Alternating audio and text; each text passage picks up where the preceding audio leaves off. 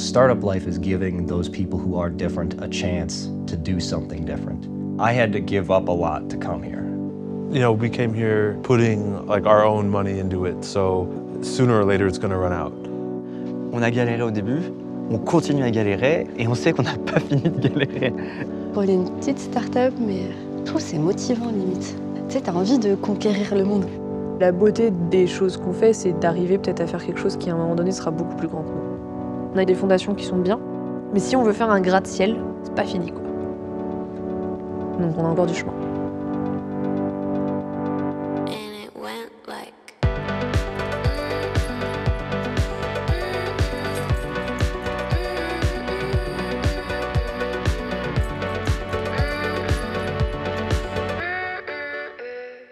Station F is the world's biggest startup campus. We have a 34,000 square meter space dedicated entirely to startups. Le fait de voir cet écosystème français et cet écosystème parisien commencer à se développer, de voir de plus en plus d'entrepreneurs et de se dire comment on est capable d'aller plus loin, comment on est capable aussi d'attirer des entrepreneurs qui viennent d'autres géographies et donc comment on est capable de créer un lieu qui soit suffisamment visible pour leur donner envie de venir vers l'entrepreneuriat. Et en fait, ce qui se passe en France depuis maintenant 3 ans, avec la French Tech, avec tout un ensemble d'accélérateurs, d'incubateurs, d'investisseurs étrangers qui viennent s'installer, avec Station F, où on est aujourd'hui, participe à une dynamique et participe à la création de cet état d'esprit en France. We have tons of people from all backgrounds starting companies. And as much as people may want to say that's negative, I actually think it's very positive because we're bringing in lots of people from different backgrounds to create new things. And some of them will be successful and some of them won't. And that's just the name of the game. Si vous regardez les plus grands succès mondiaux de la tech, dans cet univers de start-up, la quasi-totalité ont été créés par des gens qui avaient un petit truc qui n'avait pas fonctionné, qui avaient arrêté leur étude avant la fin, qui étaient nés dans un autre pays avant d'aller à l'endroit où ils se sont installés. Donc toujours des parcours plus chaotiques que la moyenne. Et donc si on est capable d'avoir cette diversité, on pense qu'on est capable de créer des projets qui seront des projets énormes.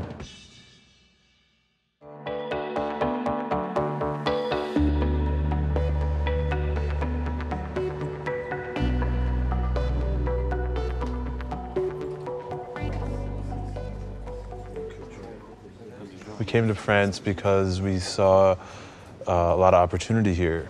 Since the beginning, the goal was to raise money. We found that very difficult where we're from in the US. Anybody who wants to invest money wants like 80% of the companies.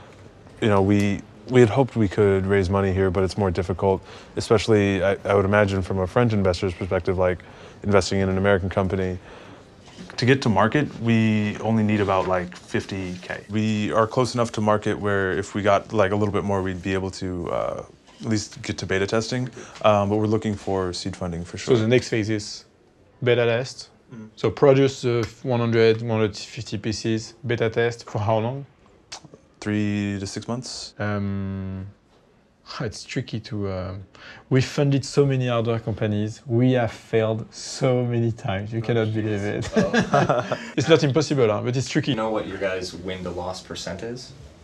Because we've talked to other people and they try to shoot, they guess they're going to lose 8 out of every 10 times they invest. And that's just their rough estimate. If we think in terms of losses, I mean, I'd just go see a shrink and be depressed.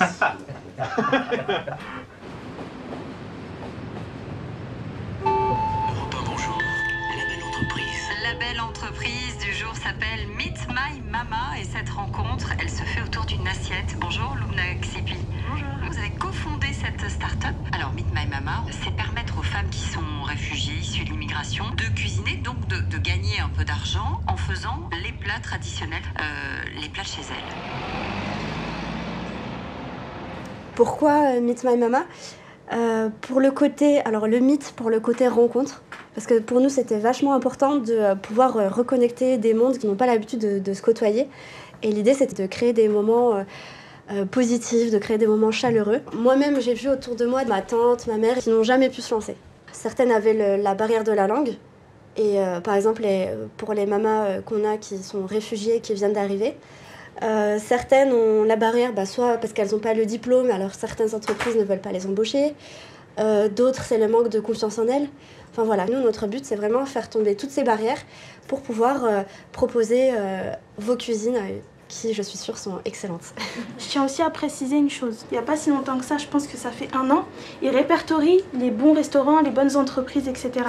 et les mauvaises, celles qui ont eu des mauvaises notes. Et les gens, de plus en plus, ils vont consulter, ils regardent. Et moi, je veux que vous soyez parmi les meilleurs. Donc voilà, je suis comme un professeur qui veut que ses élèves soient les meilleurs, les premiers. Je veux vraiment qu'on dise waouh, c'est des femmes, c'est des women power, Mon anglais il est bad, hein, mais voilà, je veux vraiment que vous soyez au sommet.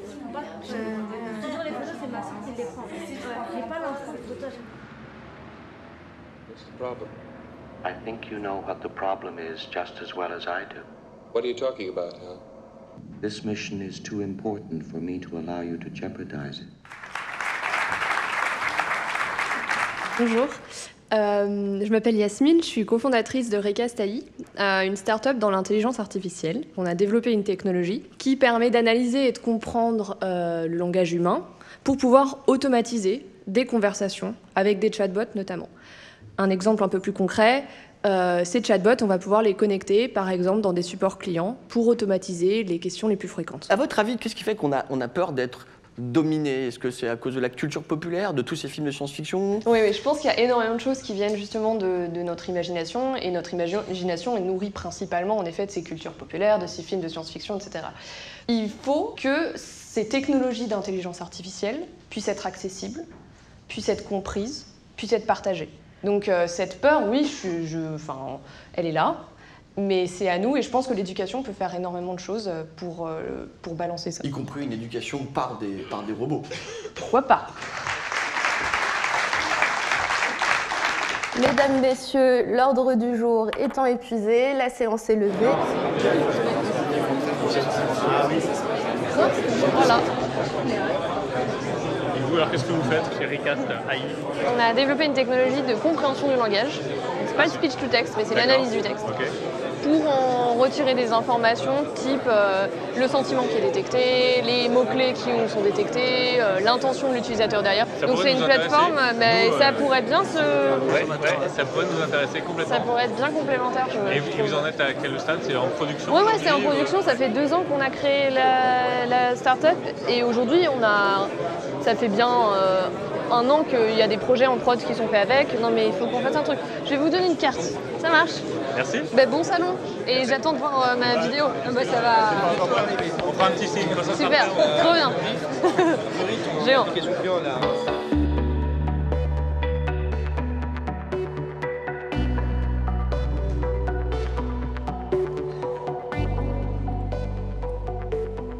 Salut Elsa. Salut William. Comment ça va? Bah très bien, toi? Très bien. Alors qu'est-ce que tu veux travailler aujourd'hui? Eh bah écoute, je voudrais bien savoir combien fait 2 plus 2 s'il te plaît. Alors, 2 plus 2, bah c'est pas compliqué. On va commencer par faire ce premier exercice. Donc c'est le petit 1. f de x égale x plus ln de x exponentielle de x moins 1. Est-ce que c'est plus clair? Absolument. Ah, cool. Tu m'as bien aidé, merci beaucoup, c'est super. Alors maintenant, essaye de faire le deuxième exercice. Alors Féline, à nouveau. On refait la même prise avec le même exercice. Un truc en mode t'es content, genre naturel. Ok, attends, mais qu'est-ce que tu veux que je regarde En gros, ouais, fais si tu vois que tu fais écoute bye bye, tu vois un truc genre bye bye en mode t'es contente, genre tu vois tu vas te passer un super cours et t'es heureuse. Super, merci beaucoup William. Salut, à la prochaine. On est en train de filmer la démo produit, la nouvelle démo produit du site internet. Donc après ça va être sur le site web. Voilà, c'est pour que les gens comprennent. Donc là, tu vois, on va essayer de déterminer... Pour que ce soit clair, comme de l'eau de roche. Oui, qu'est-ce qui se passe? Allez, bye bye, ciao. Salut William, à la C'était cool. Ouais, c'était super. Bon week-end. Putain, c'est tellement naturel. Mais franchement, j'en peux plus de vous. C'est pas possible.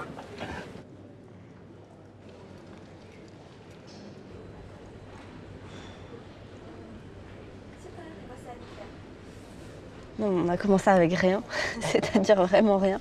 Je crois que notre premier investissement, c'était un couteau de cuisine, parce que la maman, on n'avait pas assez. Nous, depuis tout petit, on connaît la vie des mamas, c'est notre vie. On les comprend. On les comprend, c'est notre vie, on sait ce que c'est de galérer, faire les marchés, avoir des impayés, les processus des banques, là, quand elles te disent, ouais, les courriers, on connaît tous les process, tous les trucs là, quand t'as pas d'oseille. Donc on peut les aider. Donc on peut les aider. Vraiment, c'est ça qui nous rend Mais surtout, c'est ça qui nous motive aussi, je pense. Parce que quand on a des mamas qui viennent chez nous en nous disant je dois absolument rembourser mes dettes, est-ce que vous pouvez me donner des missions? Ou quand on a des mamas qui nous disent moi, je vais perdre mon restaurant si vous ne me donnez pas de mission. Ça, c'est fatou. Ou quand on a d'autres mamas qui nous disent moi, je dois absolument. Mon rêve, c'est d'acheter un piano à ma fille, c'est le cas de Nida. Et en fait, on n'avait pas le choix. Il fallait qu'on fasse de l'oseille pour pouvoir leur permettre à elles de se dire que c'est possible. Nous, on le dit clairement. Le but, c'est... de faire de l'oseille. Non, c'est même pas faire de l'oseille, c'est d'avoir des milliards. On veut une start-up qui vaut des milliards. Et on n'a pas honte de le dire, même si c'est une start-up sociale, même si c'est une start-up qui a de l'impact positif. Alors, donc une start-up est une organisation en fait qui est à la recherche d'un business model répétable et scalable. Voilà, on le sait. Donc ça, c'est la définition de Steve Blank. Vous savez, un prof de Stanford qui est assez connu. The Affordable Loss, là, c'est ce que j'accepte de perdre. Ouais. Le Crazy Quilt, c'est ton réseau. C'est ton réseau. Le principe de la limonade, c'est capitaliser sur les surprises et trouver des opportunités à chaque fois. Au bon moment, savoir utiliser l'opportunité quand elle se profile. Ouais. Et le pilote dans l'avion, c'est que tu peux contrôler la trajectoire, mais en même temps, tu as des imprévus et il faut savoir réagir en fonction. Exactement, c'est ça. Bon, alors on va pas toutes les faire, mais les 20 raisons pourquoi les startups échouent. Première raison, à 42%. Il n'y a pas de besoin. Deuxième raison, on a manqué de cash. Troisième raison, pas la bonne équipe. Ensuite, quatrième raison, on s'est fait niquer par les concurrents. Cinquième raison, problème de coût ou de pricing. Sixième raison, un problème de produit qui n'est pas au niveau. Bon, après les autres, tous vaut de toute façon. Ouais, pas de business model aussi. Bon, bref, c'est pas très important. Être étudiant et lancer sa boîte, c'est d'un côté plein de facilités. Parce que en fait, franchement, c'est un bon moment pour lancer une boîte en étant étudiant. En général, tu n'as pas trop de contraintes financières. Tu vois, genre, on peut se permettre de vivre avec pas grand-chose. Donc, ce qui fait qu'on peut vraiment aussi se concentrer sur la boîte. Donc ça, c'est cool. Après, c'est aussi galère de tout mélanger en fait. Parce que tu as le côté, tu restes étudiant, donc tu as quand même des cours, tu as quand même des contraintes et des obligations. Et la réalité, c'est qu'il n'y a qu'une seule priorité, c'est la boîte, quoi. C'est tout. Voilà.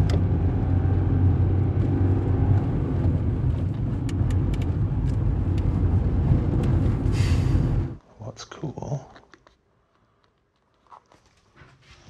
So we have that. Our accuracy. Oh shit. Fuck the accuracy. Hey everybody, my name is Julian Holtzman and I'm the CEO, co-founder of Torque Labs. Measuring your moving world. Julian Holtzman and I'm the CEO, co-founder of Torque Labs, and we are measuring your moving world. Okay, let's go again.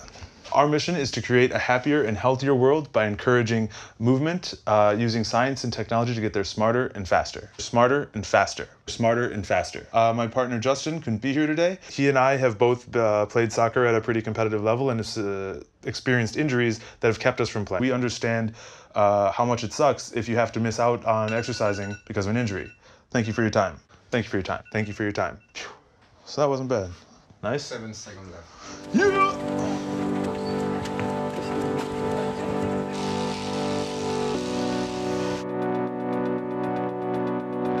Welcome to the stage, Mr. Julian Holtzman from Torque Labs. And it went like...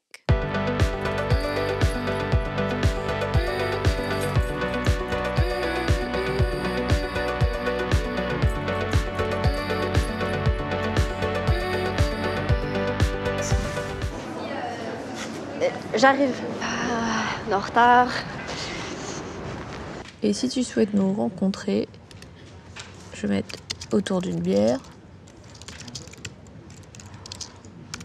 Fais-moi signe. I'm a TV show.